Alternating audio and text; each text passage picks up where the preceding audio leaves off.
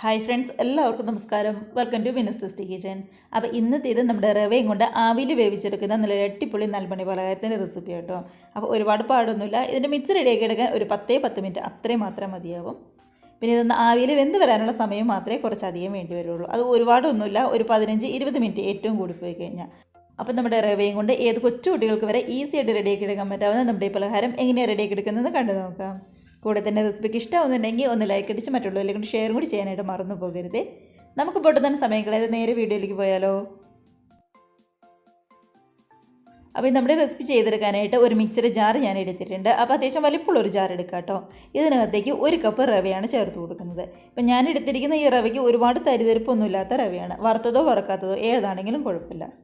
അതിനകത്തേക്ക് മധുരത്തിനായിട്ട് നേർപ്പകുതി 1 കപ്പ് പഞ്ചസാരയും കൂടി ചേർത്ത് കൊടുക്കുന്നുണ്ട്. കൂടെ തന്നെ ഇതിനകത്തേക്ക് ഒരു 1/2 കപ്പ് നമ്മുടെ തേങ്ങ ചിരകിയതും കൂടിയാണ് എടുത്തിരിക്കുന്നത്. അപ്പോൾ ഇതിൻ്റെ അളവ് ഒരുപാടൊന്നും കൂടണ്ട, 1 കപ്പ് റവയ്ക്ക് ഇത്രയൊക്കെ മതിയാവും. ഇതിലേക്ക് ഒരു ടേസ്റ്റിന് വേണ്ടി ഒരു 1/4 ടീസ്പൂൺ നമ്മുടെ ചെറിയ ജീരകവും കൂടി ചേർത്ത് കൊടുക്കുന്നുണ്ട്. ഇനി ഇതെല്ലാം കൂടി നന്നായിട്ടൊന്ന് അരഞ്ഞ് വരാനായിട്ട് 1 കപ്പ് വെള്ളവും കൂടി നമ്മൾ ഒഴിച്ച് കൊടുക്കുന്നുണ്ട്. അപ്പോൾ ഞാനെടുത്ത ഈ 1 കപ്പ് വെള്ളം കറക്റ്റായിരുന്നു. അപ്പോൾ ചില റവയുടെ വ്യത്യാസം അനുസരിച്ച് 1 കപ്പോ അല്ലാന്നുണ്ടെങ്കിൽ 2 ടീസ്പൂണൊക്കെ കൂടുതൽ ചിലപ്പോൾ വേണ്ടി വന്നിരിക്കാം. അപ്പോൾ ഒഴിച്ച് ഇതേപോലെ നന്നായിട്ടൊന്ന് മിക്സാക്കി നോക്കുക. കണ്ടു, അപ്പോൾ അരച്ചെടുക്കാൻ പറ്റാവുന്ന ഒരു പരുവത്തിനാണ് കിട്ടിയിരിക്കുന്നത്. നമുക്ക് നല്ലപോലെ തന്നെ മിക്സിയുടെ ജാറിൽ ഒന്ന് അരച്ചെടുത്തുകൊണ്ട് വരാം. കണ്ടു, അപ്പോൾ നന്നായിട്ട് തന്നെ നമ്മളൊന്ന് അരച്ചെടുത്തുകൊണ്ട് വന്നിട്ടുണ്ട്. ഇതേപോലെയാണ് ഇപ്പോൾ നമ്മുടെ മിക്സ് നമുക്ക് കിട്ടിയിരിക്കുന്നത്. അപ്പോൾ ഇനി ഇതിനകത്തേക്ക് നമ്മൾ ചേർത്ത് കൊടുക്കുന്നത് ഒരു 1/2 ടീസ്പൂണിൻ്റെ അടുത്തേക്ക് ബേക്കിംഗ് പൗഡറാണ്. അപ്പോൾ ഇങ്ങനെ ബേക്കിംഗ് പൗഡറും കൂടി ചേർത്ത് കൊടുത്തു കഴിഞ്ഞാൽ നല്ല രീതിയിൽ ഇതിങ്ങ് പൊങ്ങി വരും, ശരിക്കും ഒന്ന് സോഫ്റ്റ് ആയിട്ടും വരും. അതിന് വേണ്ടിയിട്ടാണ് നമ്മൾ സാധാരണ ഈസ്റ്റൊക്കെ ചേർത്ത് കൊടുക്കുന്നതിന് പകരമാണ് ബേക്കിംഗ് പൗഡർ ചേർത്ത് കൊടുക്കുന്നത്. ഇനി ഇതേപോലൊരു കേക്ക് മോൾഡോ അല്ലാന്നുണ്ടെങ്കിൽ നമ്മുടെ സാധാരണ പ്ലേറ്റ് ഉണ്ടല്ലോ, വട്ടയപ്പൊക്കെ ഉണ്ടാക്കുന്ന ആ ഒരു പ്ലേറ്റ് ഉണ്ടല്ലോ, അതെടുത്താലും മതിയാവും. ഏതാണോ നമുക്കിഷ്ടം അതുപോലെ ചെയ്തെടുക്കാം. അപ്പോൾ ഞാനിവിടെ ഇതേപോലെ കേക്ക് ടിന്നായിട്ട് എടുത്തിരിക്കുന്നത്. കുറച്ച് ഓയിലും കൂടി എല്ലാ ഭാഗത്തേക്കും ഒന്ന് പറ്റി കൊടുക്കുന്നുണ്ട്. അപ്പോൾ ഇങ്ങനെ വിട്ട് വരാൻ എളുപ്പത്തിന് വേണ്ടിയിട്ടാണ് ഇങ്ങനെ നമ്മൾ എല്ലാ ഭാഗത്തേക്കും ഓയിൽ പറ്റി കൊടുക്കുന്നത്. സൈഡിലും എല്ലാ ഭാഗത്തേക്കും ഒന്ന് പറ്റി കൊടുക്കുക. അതിനുശേഷം നമ്മൾ റെഡിയാക്കി വെച്ചിരിക്കുന്ന മിക്സ് ഈ ടിന്നിലേക്ക് അങ്ങ് ഒഴിച്ച് കൊടുക്കുന്നുണ്ട്. നല്ലൊരു ഭംഗിക്ക് വേണ്ടി കുറച്ച് കാഷ്നട്ടോ അല്ലാന്നുണ്ടെങ്കിൽ നമ്മുടെ മുന്തിരിയോ ചെറിയോ എന്താണോ നമുക്കിഷ്ടം, ട്യൂട്ടി ഫ്രൂട്ടിയൊക്കെ ഇഷ്ടമാണെന്നുണ്ടെങ്കിൽ നമുക്ക് അതൊക്കെയും ചേർത്ത് കൊടുക്കാം. ഞാനിപ്പോൾ കാഷ്നട്ടോ മാത്രമേ ചേർത്ത് കൊടുക്കുന്നുള്ളൂ. ഇനിയിപ്പോൾ ഏറ്റവും ലാസ്റ്റായിട്ട് നമ്മൾ എടുത്തിരിക്കുന്ന ഈ കേക്ക് ടിന്ന് ഇതേപോലെ നന്നായിട്ടൊരു ഫോയിൽ പേപ്പർ ഉപയോഗിച്ച് ഒന്ന് കവർ ചെയ്യുന്നുണ്ട്. അപ്പോൾ ആവിക്ക് വെക്കുമ്പോൾ വെള്ളമൊന്നും ഇതിൻ്റെ മേളിലേക്ക് വീഴാതിരിക്കാൻ വേണ്ടിയിട്ടാണ് ഇങ്ങനെ ചെയ്യുന്നത്. ഇനിയിപ്പോൾ ഗ്യാസ് ഒരു മീഡിയം ഫ്ലെയിമിലാക്കി ഒരു 15-20 മിനിറ്റ് നല്ലപോലെ ഒന്ന് ആവി കയറി റെഡിയായി വരാനായിട്ട് നമുക്കൊന്ന് വെയിറ്റ് ചെയ്യാം. അപ്പോൾ അതവിടെ ഇരിക്കട്ടെ.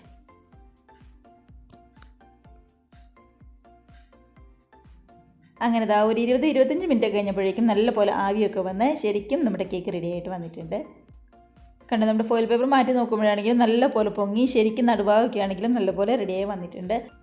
ഈ സമയത്ത് നമുക്ക് ഗ്യാസ് ഓഫ് ചെയ്ത് നമുക്ക് അങ്ങ് താഴെ ഇറക്കി മാറ്റി വയ്ക്കാം. അപ്പം നല്ലപോലെ തണുത്ത് കഴിഞ്ഞിട്ട് വേണം ഇങ്ങ് പുറത്തേക്ക് എടുക്കാനായിട്ട് കേട്ടോ. അപ്പോൾ നന്നായിട്ടൊന്ന് തണുത്ത് വരട്ടെ.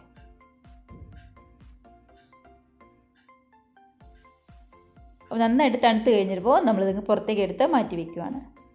ഇവിടെ ശരിക്കും തണുത്ത് വന്നിട്ടുണ്ട്. സൈഡിൽ നിന്നൊക്കെ ആണെങ്കിലും പതുക്കെ ഇങ്ങ് വിട്ട് വരാനായിട്ട് തുടങ്ങിയിട്ടുണ്ട് കേട്ടോ. ഓയിൽ പറ്റി കൊടുത്തുകൊണ്ടാണെങ്കിലും ഒട്ടും തന്നെ സൈഡിലൊന്നും പിടിക്കാതെ നന്നായിട്ട് തന്നെ നമുക്ക് കിട്ടിയിട്ടുണ്ട്. ഇതേ ഒരു പാത്രത്തിലേക്ക് നമുക്ക് മാറ്റി കൊടുക്കാം. കണ്ടോ, നമ്മൾ ഇതേപോലെ അങ്ങ് എടുത്തു കഴിഞ്ഞപ്പോഴേക്കും അടിയിലൊന്നും ഒട്ടും തന്നെ പിടിക്കാതെ സൈഡിൽ നിന്നൊക്കെ ആണെങ്കിലും നല്ല രീതിയിൽ തന്നെ നമുക്ക് വിട്ട് കിട്ടിയിട്ടുണ്ട്. നല്ല ക്ലിയർ ആയിട്ട് തന്നെ നമുക്ക് വന്നിട്ടുണ്ട്. ഇത്രയേ ഉള്ളൂ നമ്മുടെ റെസിപ്പി എന്ന് പറയുന്നത്. ശരിക്കും നന്നായിട്ട് തന്നെ സോഫ്റ്റ് ആയിട്ടാണ് ഇരിക്കുന്നത്. ഇപ്പോൾ സോഫ്റ്റ് എന്ന് പറഞ്ഞാൽ നമ്മുടെ വട്ടയപ്പൊക്കെ ഇരിക്കുന്നത് അത്രയ്ക്കും സോഫ്റ്റ് ആയിട്ടല്ല ഇരിക്കുന്നത്. റവ ഉപയോഗിക്കുമ്പോൾ അതിൻ്റേതായ ചെറിയൊരു കട്ടിപ്പുണ്ടാവുമല്ലോ, അത്ര മാത്രമേ ഉള്ളൂ. ഇനിയിപ്പോൾ വേറെ ഒന്നുമില്ല, നമുക്ക് ഇതങ്ങ് കട്ട് ചെയ്തെടുക്കാം. അപ്പോൾ ഇത്ര എളുപ്പത്തിൽ നമുക്ക് റവ ഉപയോഗിച്ചുകൊണ്ട് ചെയ്തെടുക്കാൻ പറ്റാവുന്ന ഒരു റെസിപ്പിയും കൂടിയാണ്. എല്ലാവരും മറക്കാതെ മിസ് ചെയ്ത് ട്രൈ ചെയ്ത് നോക്കാം കേട്ടോ. നല്ല എളുപ്പത്തിൽ നമുക്ക് ചെയ്തെടുക്കാവുന്നതല്ലേ ഉള്ളൂ. അപ്പോൾ നമ്മുടെ റെസിപ്പിക്ക് ഇഷ്ടമായിട്ടുണ്ടെങ്കിൽ ഒന്ന് ലൈക്ക് അടിച്ച് മറ്റുള്ളവരിലും കൂടി ഷെയറും കൂടി ചെയ്യാനായിട്ട് മറന്നു പോകരുതേ. അതേപോലെ തന്നെ ആദ്യമായിട്ട് നമ്മുടെ ചാനൽ ആരെങ്കിലും കാണുന്നവരുണ്ടെങ്കിൽ വീഡിയോക്ക് ഇഷ്ടമായിട്ടുണ്ടെങ്കിൽ പ്ലീസ് നമ്മുടെ ചാനലും കൂടി സബ്സ്ക്രൈബ് ചെയ്ത് സപ്പോർട്ട് ചെയ്യുക കേട്ടോ. അപ്പോൾ നമുക്ക് ഇതേപോലുള്ള പുതിയ നല്ല എളുപ്പത്തിലുള്ള റെസിപ്പീസിൻ്റെ വീഡിയോസൊക്കെ ആയിട്ട് വീണ്ടും കാണാം.